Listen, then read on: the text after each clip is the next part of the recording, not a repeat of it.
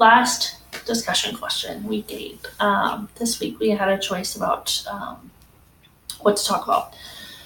I have had a very rough few weeks. Like, if you read or listened to my previous discussion, you know that my cousin lost his 6-year-old daughter in a really bad car accident. That was back the end of March.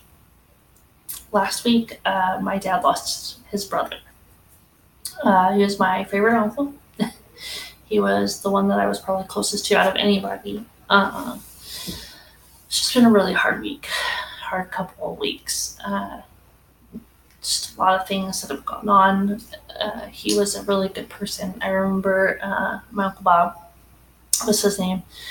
I remember when we were kids, he used to take us fishing, which I don't care for fish at all by any means, but it was just a fond memory to just sit there and go fishing with him. And we used to go to his house all the time and swim in the pool. And he used to make us hot dogs and macaroni and cheese, one of our favorite things when we were kids growing up. I'm sure all kids love that.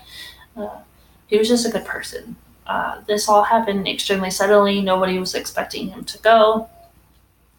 It's been very challenging these last few weeks, trying to maintain calmness, a sense of reason, a sense of why. I know there's many stages of grief. I'm currently going through all of that.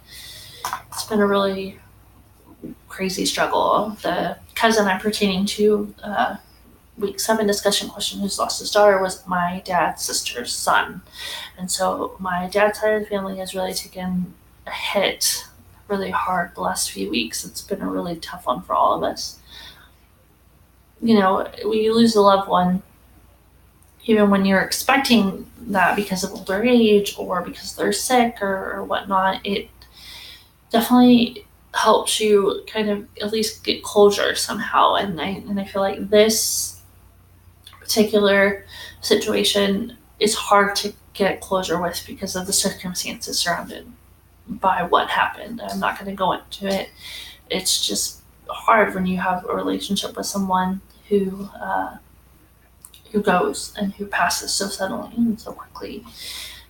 My uncle did have some issues. He had some health issues, but again, it was something that you can't fathom because it's something that you're not expecting. It's something that you thought that he would be around for a lot longer. And, even with a little bit of health issues, it was still being a good person. And he always used to just be there for us. He'd call me probably once or twice a week and just talk and ask how I was, ask how the dogs were, ask how the kids were, etc. It's really taken a hit, and he was a good person. So that is the end of my discussion. Week 8.